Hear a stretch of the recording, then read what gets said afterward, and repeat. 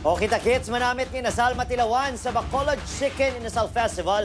Subong adlaw tubtob sa weekend. Samtang the Master Cutter Cast, magabanding sa mga Bacolod Don fans sa Domingo. Yaring aton gintutukan. Masako na ang mga manug-asal diri sa Manukan Country. Bisan mainit ang tiyempo, apang in full smile sila. Samtang ginaluto ang manamit ni Nasal para sa mga bisita. Kay tungod nga super smile. Amo na nga ka-juicy gid sang inasal. Wala ka buringot, ngisi lang ang ngisi. Ang ining mga bisita straight from the airport, enjoy gid samtang nagakinamot kag nagapabusog. Naanda na kuno nila nga magbisita para sa Bacolod Chicken Inasal Festival. Ibang lasa ng Bacolod. Kahit sa Maynila, iba, hindi nila makuha. May mga amiga ko from Manila.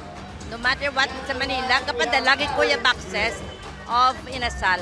Pila sa mga nadiskubre nila sa pag-asal among paggamit sang uling halin sa paya nga ginkuha sa mga coconut farmer. We really source our raw materials from coconut farmers. Is that it burns twice. It's longer than the regular charcoal or wood charcoal. Bawal makabig nga pride sang City of Smiles ang inasal. Ginahikot na sa LGU ang requisitos sa pagduso sang City of Gastronomy nga titulo sa syudad.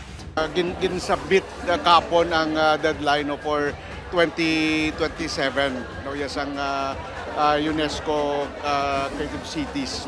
Magambal ka Bacolod, it's chicken inasal. Magambal ka chicken inasal, it's Bacolod. So it's synonymous to each other. Tubtub pa sa weekend, sarang ma-enjoy ang Bacolod Chicken Inasal Festival. This is really a festival for everyone. May events ganyan para sa mga bata, for kids, for adults, for the whole family, barkada.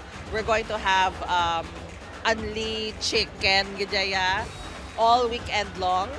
Siyempre, magabanding sa mga Bacolod noon sa Domingo ang cast ng The Master Cutter nga sanday Max Collins, Prince Carlos, and Charlie Fleming.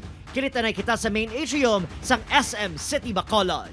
I'm so excited to eat the Bacolod Chicken Inasal again, but I'm even more excited to see you guys. Kaya magkita-kits tayo sa May 31st, Sunday at 6 p.m.